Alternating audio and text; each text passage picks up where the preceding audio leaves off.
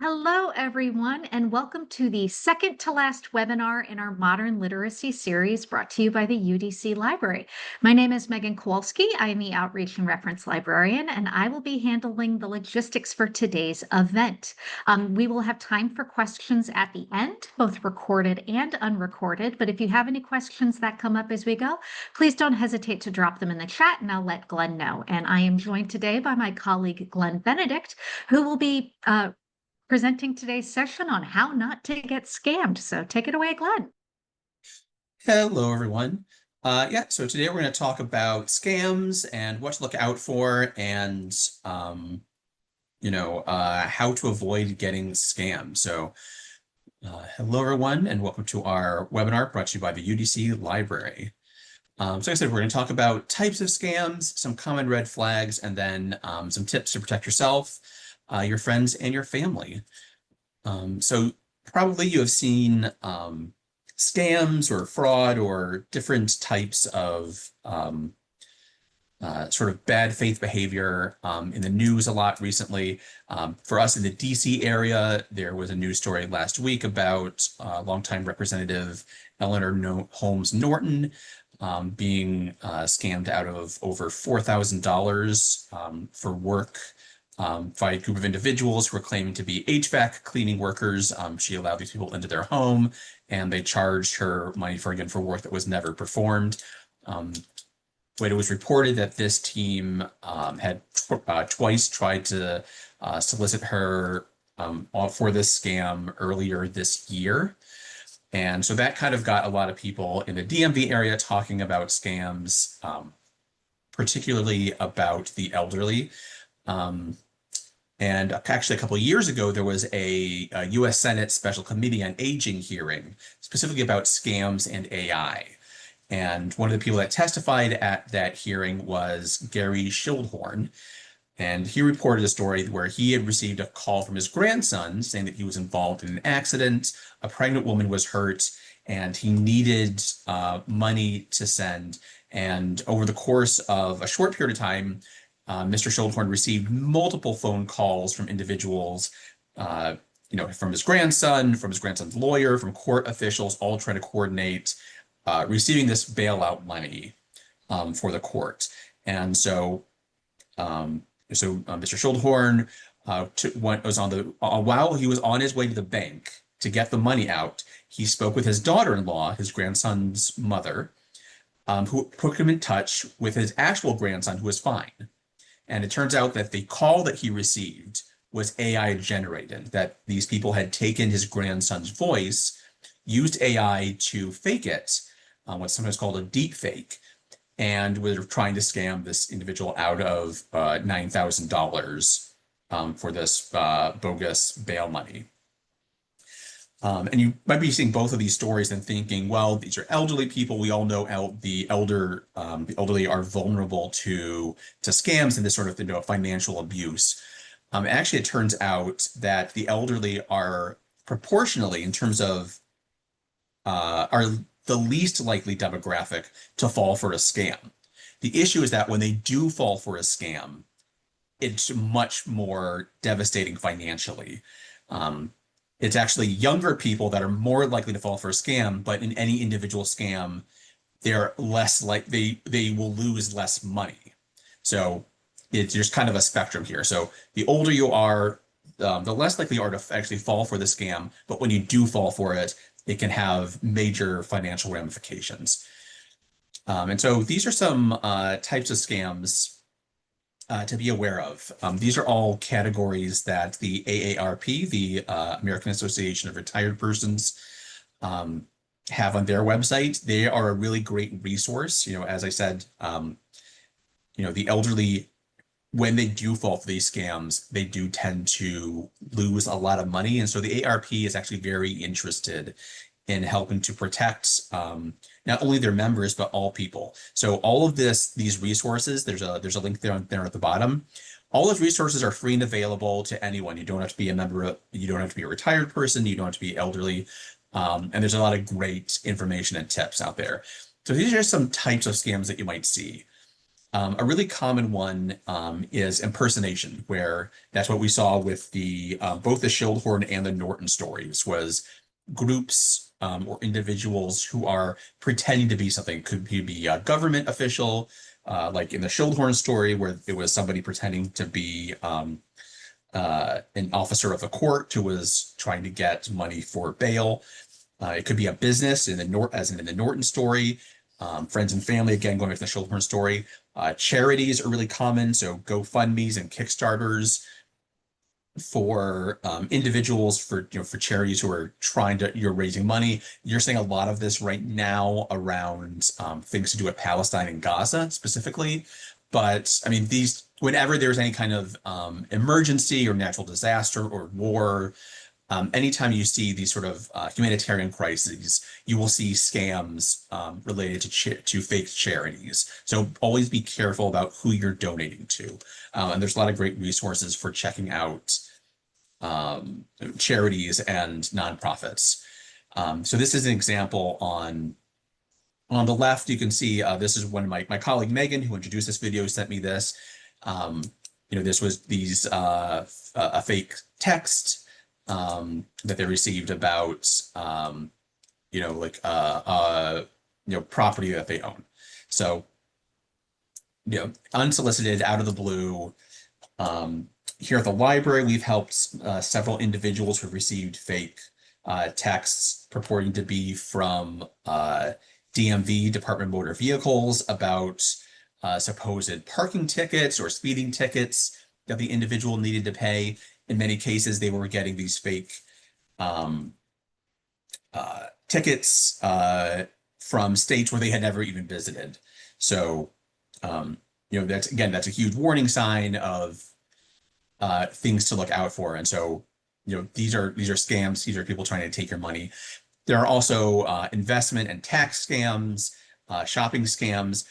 AARP didn't separate these out, but I wanted to especially, they have them in subcategories, but I thought they kind of need to be their own category. But under shopping, they have dietary supplement and weight loss. And those are huge, huge scam industries, basically, because those are things that people are very interested in, but the products or the services that they're offering are either fraudulent or they're not worth your time or money. So those are big categories of scams. Real estate and home scams, and travel, gambling, and entertainment scams. So these are all types and it's always really good to be really familiar with types of scams that are going on right now. So for example, being aware of those fake speeding / parking ticket scams. So what are some red flags? So you receive a text, you receive an email, you receive a phone call, you see an advertisement, you see a post on social media. What are some red flags to look out for? One of the biggest ones is urgency, that there is a time limit on whatever the offer is. So it's either, and a lot of these, if they want your money, and what we're talking about today is mostly money related, but there are types of scams for all sorts of things, especially for political or religious or social reasons. There's other types of sort of like intellectual scams. We're talking primarily about financial scams today, or things where somebody wants your money as part of this scam. So urgency is a huge one. Either they want your money so that, in the case of the Schildhorn case, whereas we want your money now so that you avoid something bad happening to a family member, or we want your money right now so that you can get something for much cheaper than it would normally be, or we only have a limited supply of a particular item, or if this is a really good investment deal that's only gonna you only have a certain amount of time to do your investments. Urgency, if something is legitimate, the odds that it's not going to be available tomorrow or the next day or a week from now, that's a red flag. Always, when somebody is after your money and it's very, very urgent, take a step back. That's a red flag. And so obviously, because we're talking financial scams, are they asking for money? And a big red flag here is if they're asking for that money in an unusual currency. So not just a credit card payment or a bank transfer, but if they're looking for gift cards, cryptocurrency, or even precious metals like gold. Always be suspicious about that because those sort of transactions are very hard to impossible to trace. So look out for things like that. Even gift cards, if those gift cards get transferred overseas, the issuing company cannot then, if those are determined to have been purchased fraudulently, it is hard for them to sort of get those gift cards back.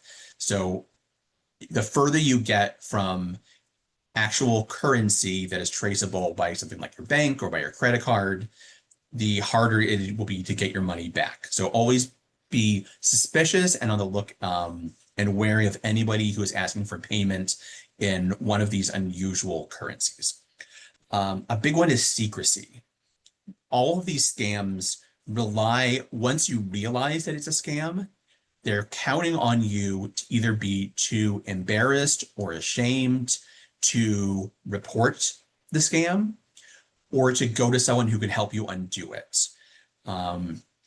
So if you think about, I'm sure people have seen in the news about some major companies or universities or businesses that have fallen to ransomware products where their computer system gets a virus which locks the users out of using the system, and the hackers say that they will release the system if a certain payment is made.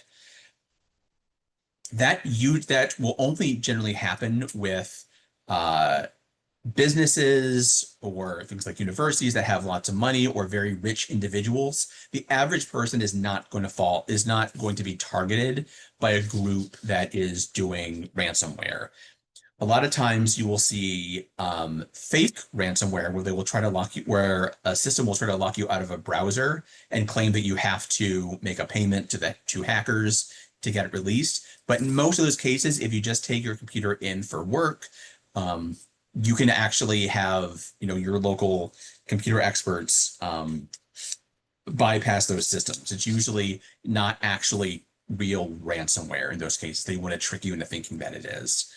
But because a lot of these viruses are found on websites that may have some adult material or other material that people may be embarrassed by, they're counting on you being too embarrassed or ashamed that you don't want to tell anyone, and so you're going to keep it secret, so you will pay. So always be aware that a lot of these scams only thrive because people aren't talking about them, which is why information is your biggest weapon against these things. A major thing to look out for is claims that are too good to be true.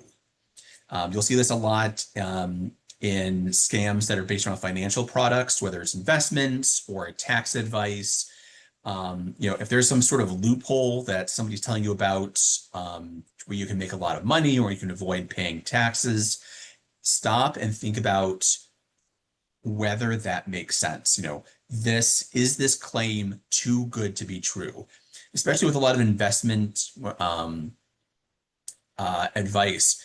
If you're going to someone to these seminars where somebody claims to have made a lot of money in the stock market or by doing certain investments or by buying and selling, consider the fact that the reason they are rich is because they are convincing people to come and purchase tickets to their seminar, not because they are some sort of great investment genius. That's how they're making their money. They're making their money off of convincing you that they are good at making money.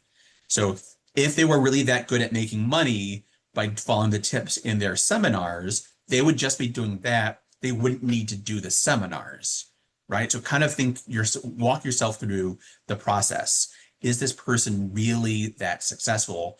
Or are they creating an image of themselves to make you think they're successful, and they're using that to actually make themselves successful? same thing with with too good to be true claims. You see this a lot with health or medicine, nutrition information. There's one food that either you eat this one food and it'll have all of the nutrition that you need, and that's all you need to do for your diet, or avoid one food and that's all you need to do to clean up your diet, right? So there's take this pill or avoid this one thing. Anytime you see claims that there's one specific thing that you need to do or that you need to avoid to have much and to have a lot of health benefits, always be wary about that this is probably a scam.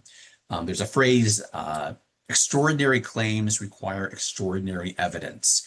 And you see this a lot with health related scams. Another red flag is a single point of context. So again, going back to that Gary Schildhorn story, although he did receive multiple phone calls, many times in one phone call, which were always incoming phone calls, he would speak with the AI that was claiming to be his grandson. He would also speak with the grandson's lawyer, and he would speak with the court officials all in the same phone call.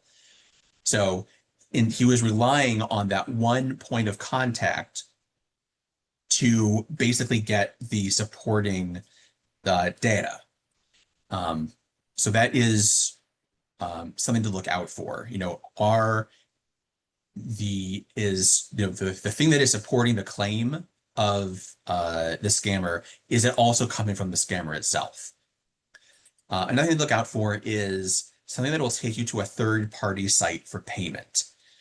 So for example, or for more information. So in the case of those texts about parking or speeding tickets, when you go to pay those, you receive the text, it looks like it's coming from the Maryland State DMV, for example, or a local DMV. And so when you go to pay, though, the link that they provide you doesn't go to a .gov website. It goes to a different website. And so you think, okay, why is it going to something, if it's a government website, why isn't my payment being processed on a government website?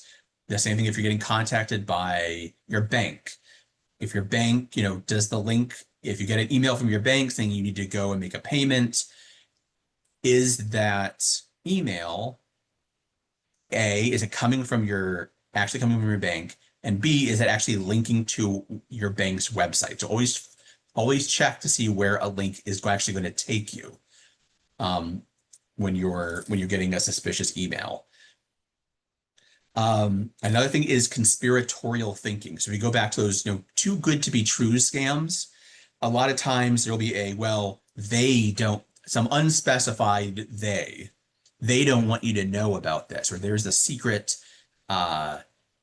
loophole that they don't want you to know about. So always be wary about who is the they, this unnamed they, in these sort of things, and a lot of times it's some big unnamed conspiracy, or it's some industry that doesn't want you to know these secrets. So always be wary about when something relies on these conspiratorial thinking to support their claims. A lot of these scams are coming from overseas, from people with not strong grasp of the English language. So looking out for spelling or grammar errors. You will almost never find a spelling or grammar error in an actual legitimate communication from a big business like Amazon, or from in your local bank that you use, or your credit card company. So when you do see those, that's a red flag. And finally, unprofessional conduct. If this is a legitimate company, outside of, pushy sales calls, which are, again, also scams, you're not going to, if you speak with someone on the phone and they don't seem like somebody who is worried that they are going to lose their job because they're being unprofessional on the phone, you might be in a scam situation. So always be wary about things like that. So these are all red flags that you can use when you're getting these texts or emails or calls, and you're like, is this a scam? Or you're seeing these posts? Be on the lookout for these sort of things. So, biggest tip I can tell you, if you have any doubts, stop. Don't go ahead and make that payment. Don't click through the link. Don't give someone your credit card number, your bank number. Stop, take a deep breath.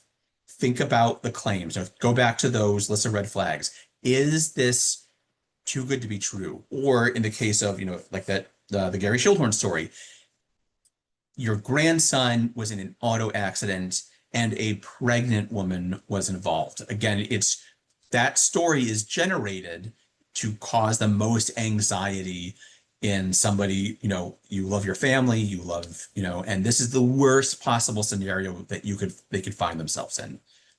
So stop. Is this too good to be true? Is this too bad to be true? Are all the details adding up? Are the people you're in contact with pressuring you? Is there a pressure, time pressure, money pressure? Just say things out loud. Does this make sense? Does it make sense that you can get a huge discount on buying a certain product, whether brand name products from a store that's going out of business? Does it make sense that if they're going out of business, why are they paying to advertise on Facebook? Couldn't they, think about it? Does it make sense that does that make the most sense of how you would sell down inventory? Stop and think about those sort of things. Does this make sense? And then talk to someone you trust. So, if you have a family member, if you have a friend, show them the social media post, show them the email that you received, show them the text that you got. Like, is this legitimate? I got this and I'm worried, but like, I don't know. I don't remember I don't remember driving in here, but I don't remember, when my payment is due, or if I made, does this GoFundMe look legitimate? Talk to someone, get a second set of eyes on whatever you're looking at, and give yourself time to make an informed decision. And look up the person or company making the suspicious claim. You can just put it into Google and just see what comes up. There are whole communities on places like Reddit that are all about trying to uncover scams or fake claims, or debunking things. What are other people saying? If it is a scam, other people are getting the exact same text or email or phone call that you are. Look it up and see what other people are saying. Does this phone number go to somebody who is known for making scams? And you will more likely than not find a lot of information. So other things to do when you find yourself getting scammed: report all scam attempts. So, those texts, those emails, those social media posts, report them to the Federal Trade Commission. That's the FTC. AARP, like I mentioned, also does a lot of work with scams. They have a fraud watch network. They have a helpline that you can call. Your local Better Business Bureau should also be notified, especially if it's something purporting to be a local business. And they also collect information on scammers. So those are a lot of the places you can go when you're searching, the companies or the phone numbers or the email addresses that are giving you these scam attempts. A lot of them are already registered and have been marked and published by these institutions. Always practice really strong digital literacy and privacy. If you're on social media, go private. There's no reason in the case of, going back to that, the Schildhorn story, the reason they were able to get their grandson's voice is because through social media. And because, once you have somebody's social media account, if it's public, you can see who are they friends with, what is the relationship, many times will be on there.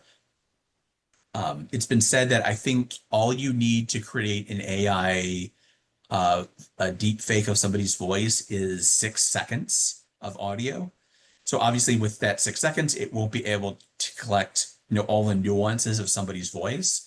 But if somebody's in a really panicked situation, what they've generated out of those 6 seconds might be enough to convince you if you don't stop and take the time, um, and not rush to conclusions. And make sure you're changing your passwords often, to avoid, getting once somebody has access to your email, to your social media, they can use all the information there to kind of compile a profile of you and then find the best way to sort of get money out of you. Use code words with friends and family. So you don't necessarily have to do this all the time, but if, for example, you're going on vacation and you're like, if there's any emergency when I'm on vacation, this is when I call. I'm going to use a code word so that you know it's me if I ask you to send money. So try to set those up before you have a situation like that and change them frequently. Just so you can avoid situations where if it does become more common that people are using these AI deep fakes to try to scam you out of money by impersonating a family member, if you have those code words, you can avoid situations like the one that Mr. Schildhorn had. And of course, just be familiar with these common scam tactics. So again, go back to the FTC, AARP, Better Business Bureau. They all have tons and tons of information and helplines to avoid these sort of financially dangerous scam attempts. So that is it for this webinar. Feel free to reach out. So I will say that at the UDC library, there is we do have an online chat, but that is always a real person. There's no AI, and it's always a UDC librarian that you're speaking with. So you can feel confident, and we do regularly purge identifying personal information out of our systems so that you don't have to worry about somebody getting access to personal or private information from the UDC library.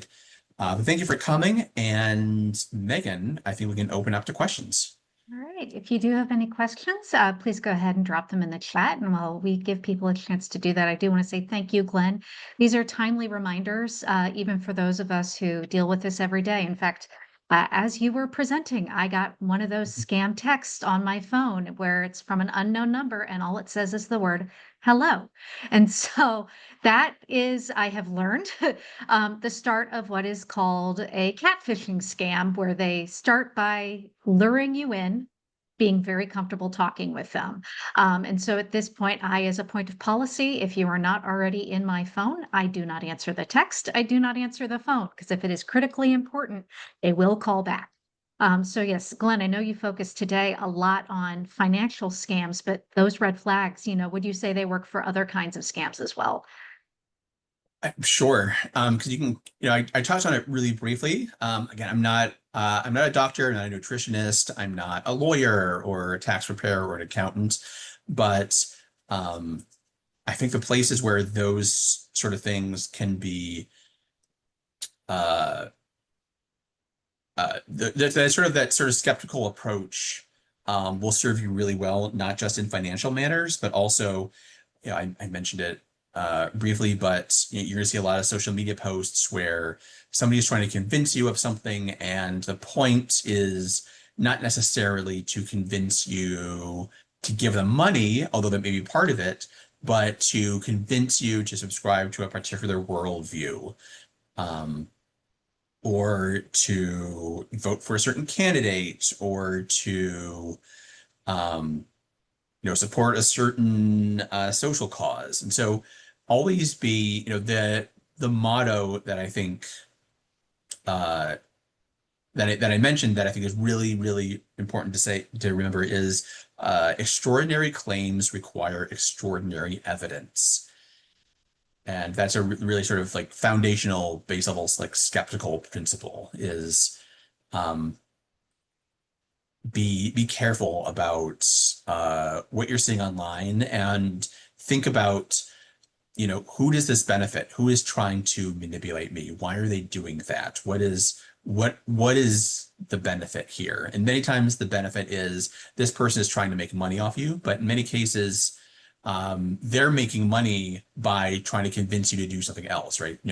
Marketing, the marketing department isn't necessarily uh, trying to get you to give them money, but they're trying to get you to give, the company money or the company that they've been contracted by to money. So always be wary and think about, it's kind of the same thing we talk about with when we're looking at sources in when we're helping people with homework assignments, and we're looking at, what are your sources, and we think about who is the author, what are their credentials, what are they, but also, what is the purpose of the information? What is it trying to convince you of? Who is the target audience?